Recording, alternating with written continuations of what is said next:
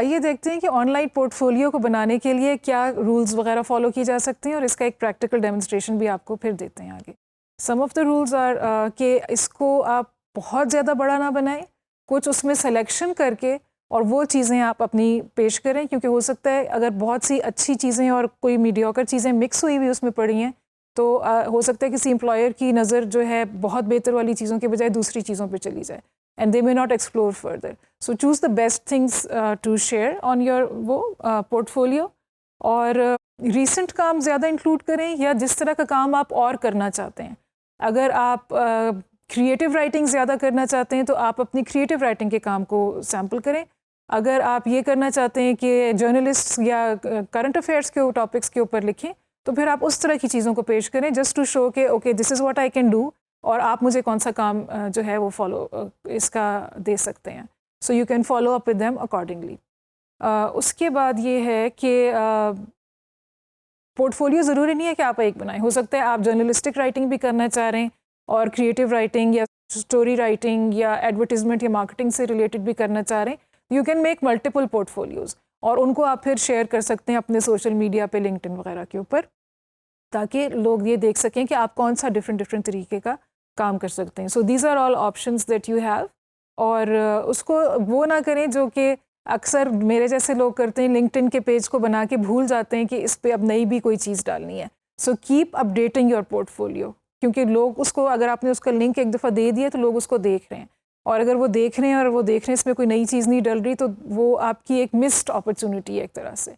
So make the most of this opportunity to the best of your ability. और अगर आपके पास कोई ऐसे आर्टिकल्स हैं जो कि प्रिंट मीडिया में छपे थे किसी ज़माने में जिस वक्त की वो चीज़ें ऑनलाइन नहीं होती थी, तो उनकी बेशक आप इमेजेस लेके या स्कैन करके पीडीएफ्स डालें, लेकिन अगर आप लिंक्स डालें तो उसकी ज़रा क्रेडिबिलिटी डिफरेंट होती है। इट इंडिकेट्स कि ये चीज़ इस जगह पे छपी थी, तो वो पीपल प्रेफर कि if there is a link that they can click on to and see your work.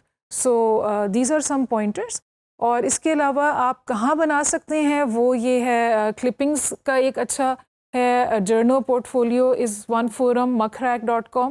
और इसके अलावा जो है ये there are some other resources also that you can explore. हम अभी इस वक्त भी कोई बना के देखते हैं कि ये कैसा लगता है कि जब आप अपना पोर्टफोलियो बनाएं और उसकी कैसी शक्ल निकलती है, थोड़ा सा उसको एक फॉर्मेट को पॉपुलेट करके देखते हैं। Let's see. तो clippings.me एक ऐसा प्लेटफॉर्म है जहाँ पे कि आप अपना लिखी हुई चीज़ें, जर्नलिस्ट अपनी चीज़ें या ब्लॉगर्स वगैरह अपना काम शेयर कर सकते हैं। इसको जैसे पुराने वक्तों में क्लिपिंग्स की फ़ाइल बनाया करते थे, तो अब ये क्लिपिंग्स का एक पोर्टफोलियो ऑनलाइन बनेगा।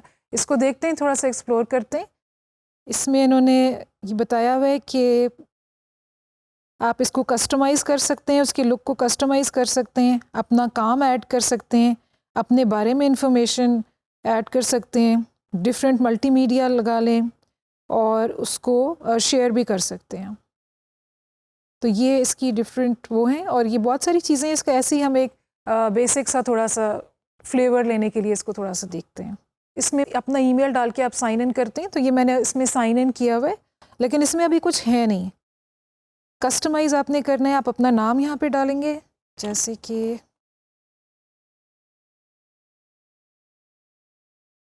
नाम आपने डाल दिया। आपका टाइटल आप क्या डालना चाहते हैं? मैं डालना चाहूँ ब्लॉगर फॉर हेल्दी लाइफ।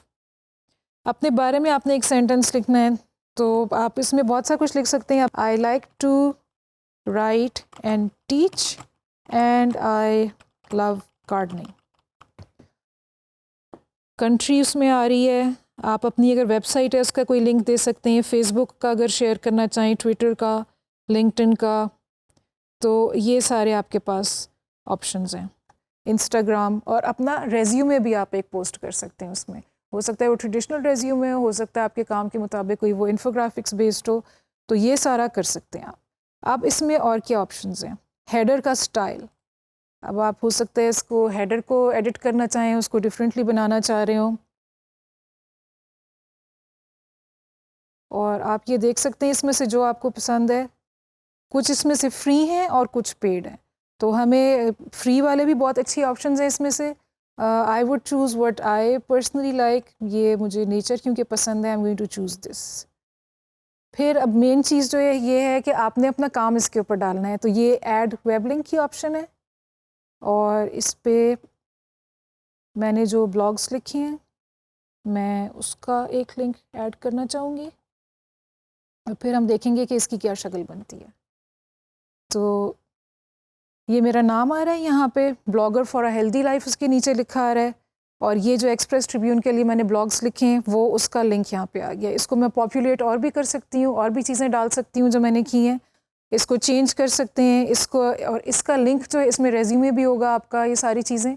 और ये लिंक जो है आप फिर इसको जिसको कहते हैं क्रॉस फर्टिलाइजेशन आप कर सकते हैं, फेसबुक पे भी डालें, लिंक्डइन पे भी डालें। तो लिंक्डइन पे जितने लोग आपको जानते हैं वो ये आपका प्रोफाइल फिर एक्सेस कर सकते हैं। So this is how this works. ज़रूरी है कि आप ख़ुद भी एक्सप्लोर करें, see what works for you.